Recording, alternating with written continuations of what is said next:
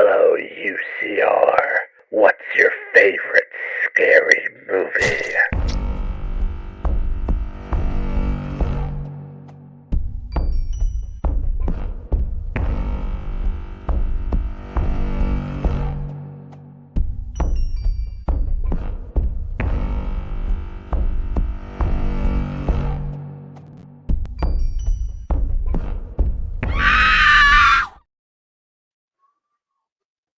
Season screamings to you all, and welcome to the first uncensored horror of Christmas 2023. Now, if you are not overly stuffed from last installment's Thanksgiving feast, we thought we would dive in, like a knife plunging into flesh to, the Christmas spirit.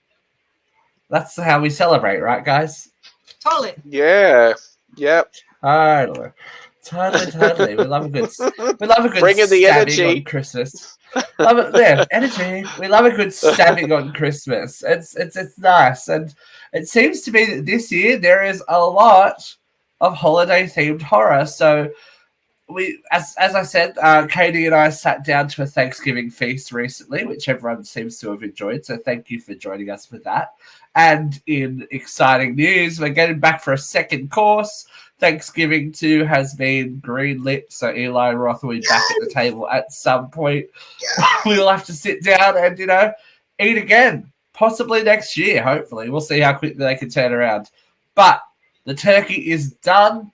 It's all about snow and slaughter. So this week, we thought we would discuss a brand new release again. We're talking It's a Wonderful Knife. What a great title for a movie. Yeah. It's a Wonderful Knife. I love it. Yeah. Now, this is like new as of last week. So, this week, technically, right? It is. Well, it's less than a week old. It was released on keeps December. flashing up. It was released on Shuddder on December 1st. Over here, at least. So, And you know what, Katie? I actually got Shuddder just to watch this. Just for fresh. This. I mean, can I fangirl on Shuddder for a second? Because they have some good stuff. And I mean, they're catching up with Netflix on originals, but of course they're originals as well. Well, let's talk about it, because I want to know how they got this cast for a Shuddder movie. These are some pretty interesting names. I mean, we've got Justin Long is king of. He's a scream queen now, right? Justin Long is just a scream queen. Scream queens. They got Catherine Isabel. Catherine Isabel, she got old. Yeah, you know what? I know. But look, no, she looks like she probably was a bit unwell or something for a while. Like, she looks like one of those, after a woman's had 4 kids, is just a bit over it and shit. Like, she was sort of giving me that vibe. Yeah, Katie vibes. She's giving me Katie vibes. But no, I was surprised. I was like, I know that woman. How do I know that woman? Who is this woman? I said the same thing. And I was racking my brain. I'm like, oh my gosh, it's Ninja Snaps. Oh my god. Can you pull your microphone up slightly? Absolutely. Sorry. Thank you. You get so excited. I am such a big fan of Catherine Isabel, so I was really excited to see her. And I know Joel McHale is not technically a horror Joel McHale, out of nowhere. He eats up every movie he is in. It doesn't matter what he does. He eats it up. The funny thing is, I went, that guy looks like Joel McHale. And then I sat there and went, oh, that is Joel McHale. Okay, cool. And it was lovely to see William B. Davis alive and well, still standing by a lot of fireplaces, giving cryptic warnings and stuff. So William B. Davis, for those of you who don't know him, was the cigarette-smoking man from the X-Files. So we have genre people left, right, and center. And for those of us that did not know our star, Jane Widdop, she's actually part of the cast of Yellow Jackets in season 1. Yes, I thought, I recognised her. Think about an airplane. The lead. An airplane and a teddy bear. The lead? Out the blonde lead. Now think about someone who got in an aeroplane. Oh! In Yellow Jackets, Katie. I got it. You got it without spoiling Yellow Jackets too much, because you never know. We might go back and do that Yellow Jackets podcast one day.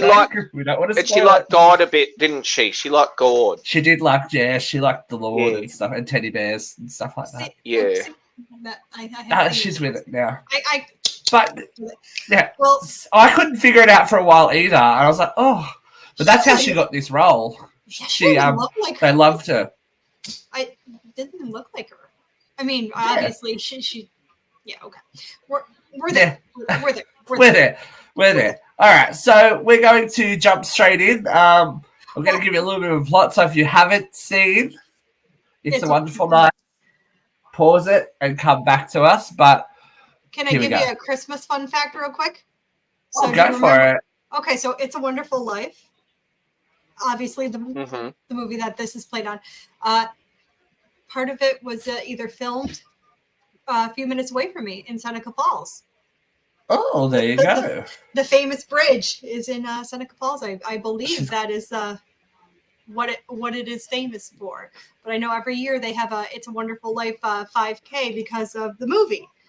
Now, I've never really. That's not a wonderful life. A 5K isn't a wonderful life. That's called a horrible punishment. The people who run it feel wonderful. But yeah, I'm sure they do. So there's Christmas spirit year-round near me here in central New York. Oh, we shall find out very soon. Now, Steve, if you're a real good boy, I'll take you when you come visit. I don't want to go near a 5K, but that's just me. I never said the 5K. Balls. All right, ladies and gentlemen, here we go. During Christmas season in the town of Angel Falls, Winnie Carruthers is about to celebrate the holidays with her friends and family. Her father, David, cannot, as a previous engagement with his business partners, celebrate. The Walters brothers, Buck and Henry, are just, assholes, basically. Town smarmy bastards. Henry is an ambitious tycoon who wants to build an extravagantly luxurious shopping center. The remaining property he needs to buy to make it happen belongs to Roger Evans, the grandfather of Winnie's best friend, Cara. Roger refuses to sell his property to Henry. Later, the Carruthers family celebrate Christmas, and Winnie and her brother Jimmy spend time with their friends at a party. While all of this happens, Roger, home alone, is killed by an unknown killer, costumed and known as the Angel. Oh, let's talk about the Angel. Pretty effective. I thought it was a cool decent costume. Yeah, a little bit ghost face. It had that simplicity. It's a tribute to Scream. Yeah, well, definitely. Off the original costume they were looking for. That is a tribute to Scream. I like it. Bastard to keep clean though. Especially if you try to kill people. That's why I think Ghostface is a little bit more sensible. Yeah, Black Ghostface is so much more forgiving. Ghostface does not give an F. He goes in. So Cara leaves Winnie at the party to be alone with her boyfriend for a moment. And when they kiss, he is killed by the Angel with a giant candy cane through the throat/head. Dare I say that is my favorite kill of the movie? Dare I say? So pretty much. Winnie tries to get away, but she is brutally butchered. And as the rest, in front of the rest of the party, they all disappear and run away. While Winnie tries to help Cara, but she did. She did. Girl did. Oh, she did. Yeah. Girl, bye. Yeah. Winnie and Jimmy pursue the Angel before they can kill any more of their friends. When the Angel's about to kill Winnie, Jimmy takes jumper cables hooked to an enormous Christmas light display, electrocuting them to death. Wait, yeah, you're getting it around the wrong way. No. What? Winnie saved the Angel was about to kill Jimmy, and Winnie jumper cabled the Angel. No, you reading it the wrong way. That's what I just said. That's what I just said. Winnie takes jumper cables and hooks into I'm reading it. Yeah, it's about to kill Jimmy. Winnie takes jumper cables. Okay. I'm reading from a script here, people. Electrocuting the killer to death. Winnie unmasks him. You muddled the name. The killer is Henry Waters. Cue opening titles. Justin Long. Cue opening titles. Can we discuss Henry Waters a The little bit. The spray-tanted teeth. It's giving me Donald Trump vibes. Yeah, I think he's just meant to be. It's giving me Trump vibes. Just the whole thing. I actually his really whole character.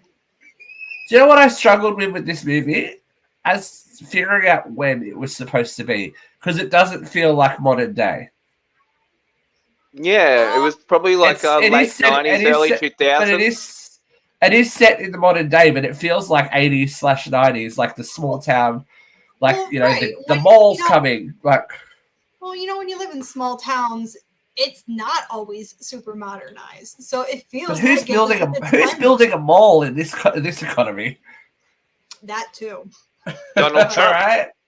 Donald Trump. No one's building a mall in this economy. The second I saw him, I was like, "This is Donald. Like that is Donald Trump vibes, 100%." You got to give it up for Justin Long, right? This boy, got his big break was Jeepers Creepers. Let's be honest. Like, he was around, but like the zeitgeist blew up around Jeepers Creepers, and he's flirted in and out with the horror genre, but he seems to be like thoroughly down now, and he's just playing assholes left, right, and center. He is. Every movie he's in lately, it's like, I'm an asshole. I gotta be honest. I like him better as the bad guy. Like, I liked him in Drag Me to Hell, but I really like him as a villain. I like him as a villain. He chews up. It's because he has that. He kind of has that good guy vibe. So when they flip that on its head, it's like, yeah, cool. Yeah, we like that. We like an evil Justin. We're not going to go into too many details because this movie's all over the place. It's probably the nicest thing I could say. How can we simplify it though? So it was very much. We're just going to talk about certain aspects of it. I'm not going to go through plot because it's still new. People might want to watch. Like, people might want to sit down and watch it. We had this conversation in a review that's coming up next week for. It'll be last week now. Last week in assigned seating, one of my major gripes is when a movie doesn't know what it is. And I feel like this movie doesn't know exactly what it wants to be. It's a horror comedy, but it's a slasher, and then it's kind of supernatural, and then it's like a little bit of a dark comedy. I'm like, oh. Do you think it suffered a little bit like it was a little bit Happy Death Day, but like Happy Death Day 2 when it wasn't sure what it wants to be now? It knew exactly what it wanted to be. It was a parody on It's a Wonderful Life. Like the whole but I just think as a genre film, I've got to say the kill scenes were awesome. Like any chase scene with the angel, and I've got the one down by the wharf with the flashing lights was cool. The one in the movie theater was awesome. Like any kind of time that there was danger scenes, it was like A+. Like you could put it in a Scream movie and it'd work. You know what I mean? Yeah, they had great. It's the rest of it that kind of fell apart. Now, did I lose focus, or did we never hear about? Did we never hear about her best friend ever again? We did.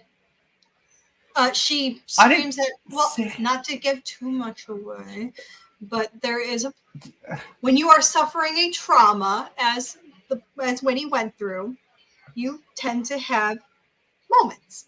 Winnie had a moment, and she screamed about, "We never talk about my best friend getting murdered." Yeah, no, but I mean, after the conceit that she makes the wish that she was never born over the Northern Lights and whatnot, that girl is never seen again, is she? Well, she's dead. We never see Kara again. No, she's dead, and even in the other timeline.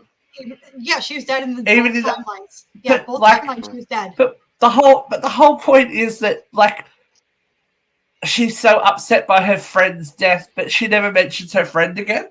She's too busy lesing off with the weirdo in the corner. She brings up that that was a weird flex, man. Yeah, that didn't fit. That was a weird flex. That was just forced. Creepy. That one was forced. It was keep your forced weird lesbianism to yourself, please. Like you've already got one lesbian couple. Why do you need another? And the other one did not feel forced.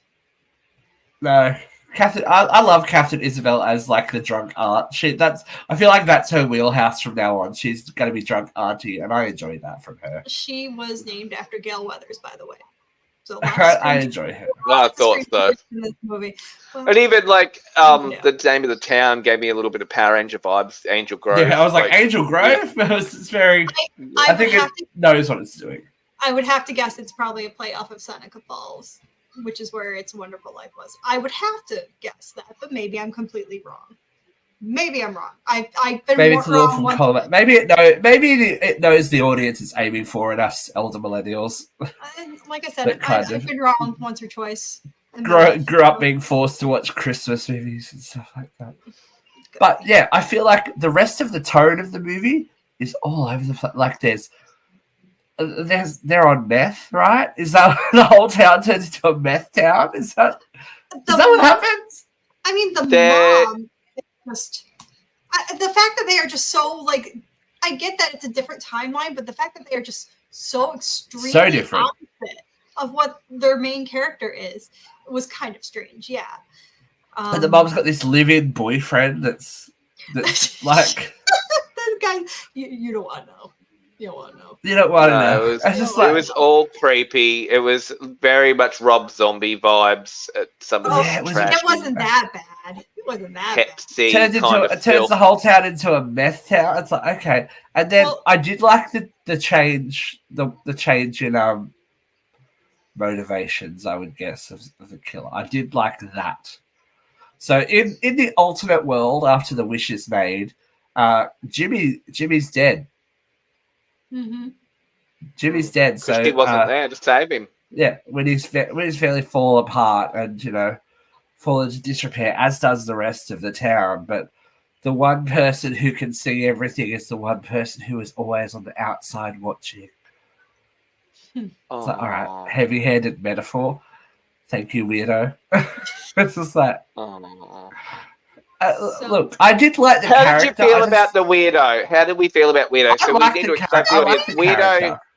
Weirdo is the nickname of a character, which she's not even that weird. So I don't know why she's got the name weirdo. She's not weird at all, and that's the fun. I just love that shit keeps getting thrown at her. It's just like, ah!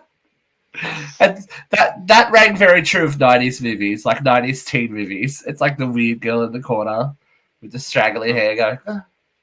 I mean, getting beer thrown at her. It's like, oh no. Yeah, I liked it. I think I'm just a little bit fatigued on these movies, these like time travel alternate reality slashes now. We've had Freaky, we've had Happy Death Day, we've had what was that one we watched, Katie? Totally Killer. Like totally they're Killer. all, there's a lot. Like it's a lot. I feel like I'd be happy if this was just a straight slasher. Like they need to put down the R.L. Stein books, I think. Yeah, without the choose your own adventure / alternate reality / whatever. So the director Tyler McIntyre directed Tragedy Girls, which another horror comedy, which I thought was spectacular. And you see a lot of his kind of campy style from there into here too. And as you know, I am a camp freak. I love that stuff. I eat it up. But this one, I feel like a lot of the relationships felt very forced, like Winnie and Bernie. Was that her name? Bernie? Yeah, Bernie or Birdie or whatever. I can't think of. Okay, so it just felt very forced. And her boyfriend and his new girlfriend, I didn't like that either. I just like a lot of these things kind of felt not right. They didn't fit. The characters are just so out of whack of what they used to be. The Aunt Gail was like the only one that really kind of stood her ground and was kind of the same person. And I love that the whole turnaround, the whole conceit of her believing Winnie came down to an Aguilarian thong. I loved that too. See, they know the millennial audience. What's an Aguilarian thong? I'm like, you weren't alive. Kyle asked the same question. He goes, "What's an Aguilarian thong?" I'm like, Kyle, you remember the noughties. Don't pretend you don't remember. I said, Kyle, think of Everyone to wear their Aguilera's leather dirty. chaps. I say, Yeah. think of Aguilera's dirty face. You'll get Well, it. I like the rapport with Aunt Gail, and I think that's like just a testament to Catherine Isabel bringing her stage presence, her screen presence to the movie. Oh, I like the absolutely. rapport they had there, and I don't know, but I get what you're saying though. It's like the relationships are all very confused. It's like we got into this other timeline where this girl's never existed, Winnie's never existed, but it's like, okay, let's just make people just do crazy stuff now because Winnie doesn't exist. Why? Like, why? Yeah. Like, I get That's a whole lot of self-importance that this one girl stopped the town. I get she was involved. I get she was involved in a massacre and that she'd stopped the serial killer. But you know, if we're going to change everything so much, why would the serial killer still exist if she? I don't know. I'll give the movie this A+ casting, because granted, the characters felt kind of awkward, but that's not their fault. They're not the ones making it awkward. They have a terrible script that's making it awkward. Yeah. But Yeah, the script. I feel like the script had a bit too many options. I think if you're going to go I didn't exist, so this happened, then I don't need a random supernatural thing to happen at the end. No. Again, What was that? It's the parody, is what it is. And if you're going to do a parody, stick with the parody. Which but like, at least have a scene of him being into supernatural stuff, like casting spells or something like. Right. The fact that she was like, I found all this lore on whatever. It's like, but where is that coming from? That slipped through so quickly. There wasn't more made of it. Like, I would think that if the movie is called It's a Wonderful Knife, why not make it the knife some kind of sacrificial dagger or something that is so and so old, and the murder weapon should be prominent. Like it's totally agree. It's like that's But no, I don't know. That would give it focus. It's like, it sounds funny. No, that would give it focus. It wasn't not a fully fleshed out concept. Would you feel like that's what this film was? It's a good idea that wasn't fleshed out and still had money thrown at it. No one sort of went, "Oh, should we probably put a bit more meat in this burger?" Nah. I think it's a Shudder. It's a Shudder movie. On the head. Well, I wouldn't say that because a lot of Shudder movies are really, really good. This one, I think, was just. Yeah, they're not going for mass appeal, is what I'm saying. They're not it's not a theatrical release. They're not trying to make millions of dollars out of it. It's a holiday slasher for Shudder. Right. Yeah. And I think Luke kind of nailed it. Like, it was a great idea. Had it more time to be well executed, it probably could have been a fantastic movie. But it's still enjoyable. If you don't take it too seriously and don't think about it too much, you have fun with it. Could have been better. A bit of fun, but it's very much a poor man's Scream because it's trying to have that tug-in-cheek, like a bit of humor there, like Scream did, but Scream did it in a way that it was able to maintain that sense of tension and have that seriousness to it as well, whereas this film sort of feels like it flip-flops. It gets a bit too stupid, and then it tonally shifts again to being too serious. It goes into Scream 3 territory, is this one? Yeah. But, where the parodies to, Sorry, Katie. No, you're okay, but, Scream is its own thing. Scream is the goal. It's a lightning in the bottle moment but everything gets defined by it because it was so good. Like, it managed to walk the line of parody but still be a serious horror movie and define and redefine the genre for the next 20, 30 years now. Still going. It's still going. We're still going, and we will talk about. We're gonna have to have a serious talk about that probably in the new year about where we're headed. But Scream walks so this film could run. Exactly. But this is for me. We're getting into that territory post Scream territory now, where everyone was doing slashes, and we're trying to just do little tweaks on it to make something work. Whereas if they would have treated this as a serious slasher, I would have been down with it. Yeah, Christmas if they didn't know what you did last summer with it. Yeah.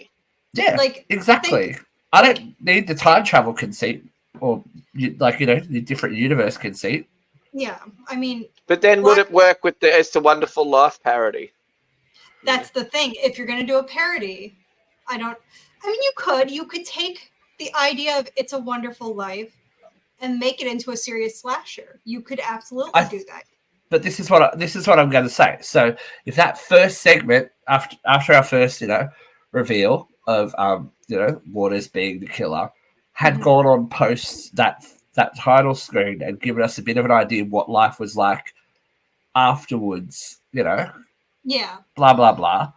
Then we see the change happen after we get some lore laid down. Then yes, I feel like they tried to shove in the alternate universe thing too late into the piece. It's just like if you could see that she would be interested in alternate universes or something or be actually depressed or like something. I don't know. It just kind of came out of nowhere. They try to give you kind of a look at it, like you see Carruthers kind of taking over, and you see that she thinks they're both a big joke, but it's not getting involved enough to really give us a taste of what's going on. That's what I'm trying to say. I get exactly what you're saying. I think it was too short. It needed a little more to it. Or just maybe some streamlining of some stuff. There could have been some streamlining of some random characters that would who cares about those junkies? What that you could have just had them be someone she walks past in the street and gets killed, because this isn't a personal thing with this angel, obviously, except for getting the properties. After the properties, it's anyone involved. They just go after whoever they want to kill. That's the whole point. Yeah, those commercials were funny, unnecessary, but funny. Probably could have cut those out. Yeah. Put a little more something substantial. More chase, because the chase was. I would like to see a straight horror movie by this person, because the chase scenes were great. Like the knife coming through the bridge, lots of knives through arms and hands lately. I thought of you when Kara took it through the hand. It's like, why they hurt us? They hurt us talking about that. I know, but I feel like and just the total abandonment of Kara. At least go to her grave or something. She's the major force we're to believe after the death of the angel at the beginning was, she's lost her best friend. Her life's fallen apart because she lost her best friend. But she doesn't give a rat's ass about it once she's been chucked into an alternate universe when she can les off with someone. Priorities, mate. Priorities. And even Henry Waters, he was a big deal in that town to just kind of say, "Oh, he's dead." Yeah. No, he died. And nobody talks about it. Right. No. I did like that. I could have done it more. I don't know. I've got a real thing for dark small town stories, as I've said before. Town That Dreaded Sundown, stuff like that. Yes. I think that's really interesting. TV shows like American Gothic, stuff like the sync. What is it? What is it? What's that show? I started watching it. Gotta give us a little more. Yeah, can't remember. Yeah, you haven't given us anything, mate. It's a show. Yep. That's them from. Yes. From. That kind of shit. I'm all about it. I'm all about small town, something creepy. Bring it on. I'm give me that. Oof. Don't give me. I don't care. Yeah, I don't care about late lesbianism and the fact that family just breeds homosexuals no one's business. I know how we joked earlier how that story felt like it came out of nowhere too, that romance. Did it really come out of nowhere, or was it just me sort of losing interest a bit and that's I think it just wasn't told well. I think it wasn't told well because we get the impression that her and her boyfriend, they're not having sex, etc., which is why he sleeps with the other chick. Because she's not interested. So she was a repressed lesbian, but we never got that vibe. I think we needed to see that if we were to believe it. They try to hint that there's some chemistry there, in the theater when she's. Why did they just have a scene of her listening to Katie Lang? I would have bought it. Or or driving the RAV4 over to Bernie's house and moving in. Yeah. Yeah. Well, that's what she did Christmas Day. I'm here. They shut the doors, the lights go on. She's moved in token lesbian fashion. She has moved in. Uh, And I don't like that. that conceit either. We've had that a lot too. Like the best friend knows everything you went through. Whereas if that was really it, so does that mean what happened to the birdie from our timeline? Because they aren't the same person. If no one else is the same person, why is she the same person from the other timeline? Yeah, like why does Bernie? Because they were kissing when she got sucked back in through the stars, stupid. But that doesn't mean anything. No, that doesn't. She sucked her back into her reality with her. And then they So is it but this is my thing. Is it reality or is it time travel? Because she wakes up on Christmas Day. It's a very confusing thing. Wait, I think I've got it. I think I've put it together. Aurora Borealis. It's a bad movie. It's a bad movie. I don't think it's a bad movie. I just think it. It's not well put together. So it's sloppy. Yes. Yeah, that's one of the sloppy movie, but it's not a bad. It's about as sloppy as their scissoring was that whole thing there. I think if you want a movie to put it on in the background and not invest much in, it's probably a good movie to do. Like if you're hanging out with friends and you want to have something different on the television. I did like the conceit that the other universe turned Joel McHale into a killer, like having his son die and him become part of his story makes sense. A cult of killers. Like that made sense. Yeah, his story made sense. I mean, even Henry Waters said it. Like, I broke him, killing his son. He had no he was bitter and angry and sad. And then and the killing, like Henry killing his brother, was a cool moment too. Like I was like, oh, that was cool. There was really very Scream 2 vibes. Yeah, very cool little Easter egg moments in it. I just feel like maybe the script needed another couple of passes over to tighten it up a bit, and not try and include everything because there's a lot of avenues that just didn't need exploring.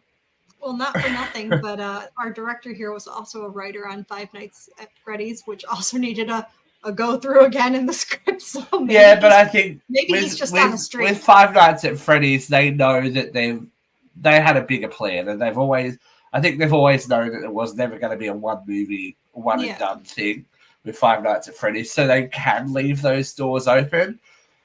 With this, I don't think we'll see a sequel. Like it's not like they left it open. I say there's no way to have. Well, not with after how shit it is. No. Not like if it wasn't shit, they might have got a part 2. I would like the killer's cool. Like the killer's really cool, and I like a cool, different killer.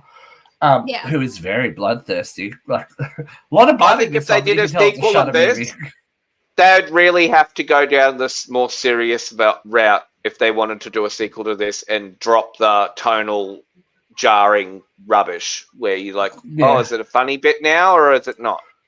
Well, I mean, they give sequels to just about everything. I mean, come on, even Thanksgiving had a sequel.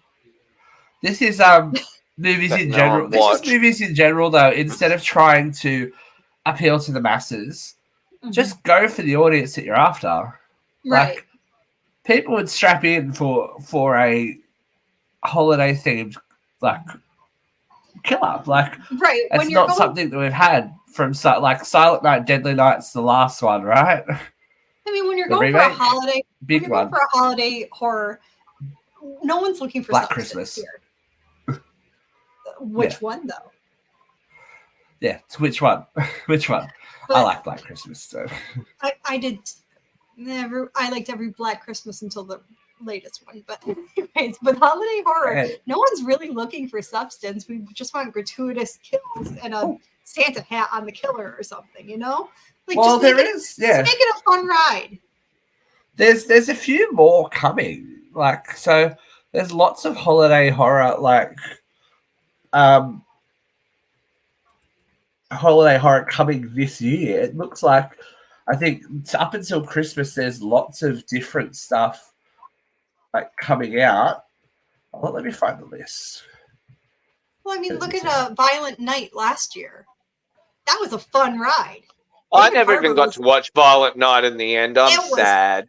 It was fun. Violent Night was so much that might be my Christmas watching this year.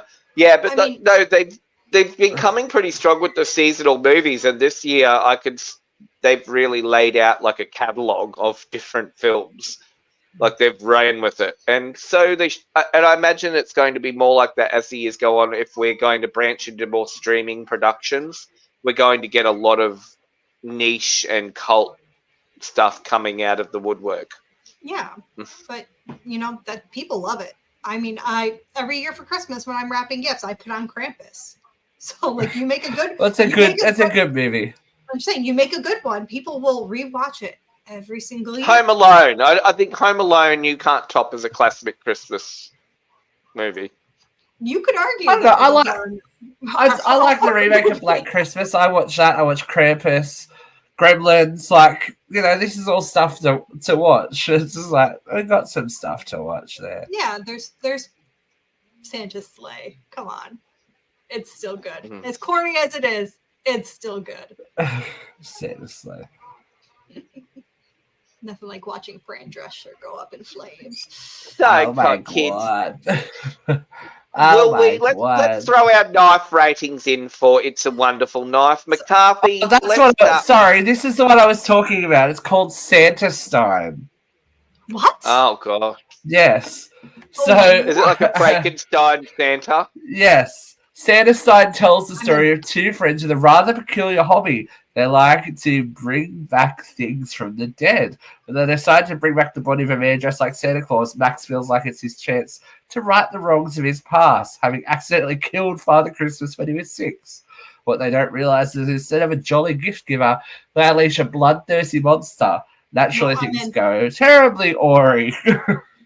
Sign me up. I'm in. Katie's in. Luke's out. Well, your opinion doesn't matter, Luke. Let's watch. Your opinion does, Katie. How many knives would you like to give It's a Wonderful Knife out of 5?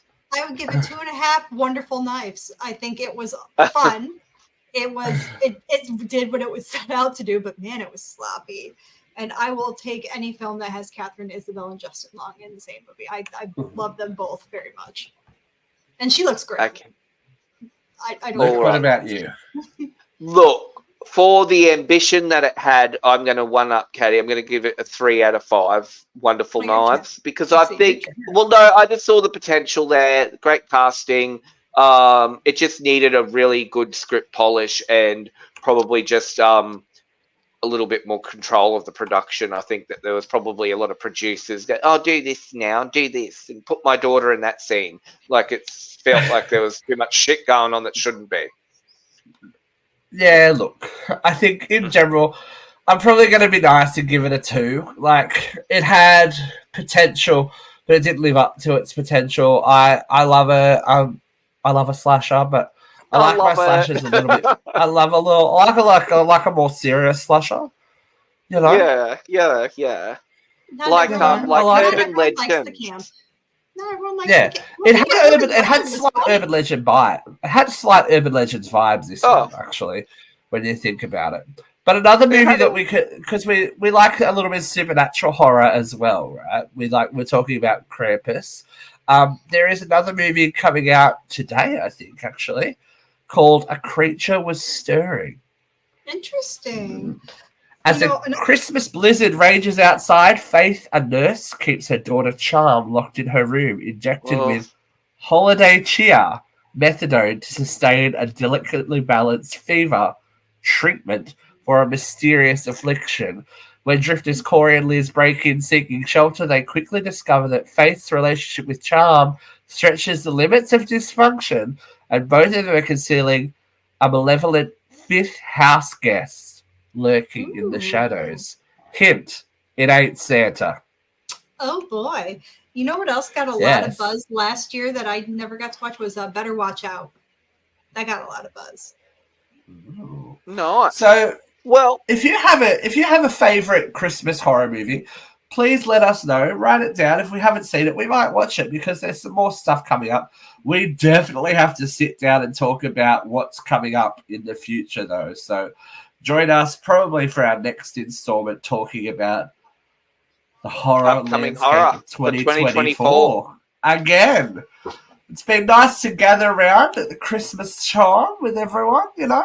Even though the angel might not have brought us everything we wanted, it brought us together, and that's lovely. It did. It's a Christmas miracle. It's a Christmas All right. miracle. Yeah. Thank you for joining us, Katie. Thank you for joining us, Luke. I have been Steve. Until next time, don't eat any tinsel or you'll prolapse your bowel. Bye.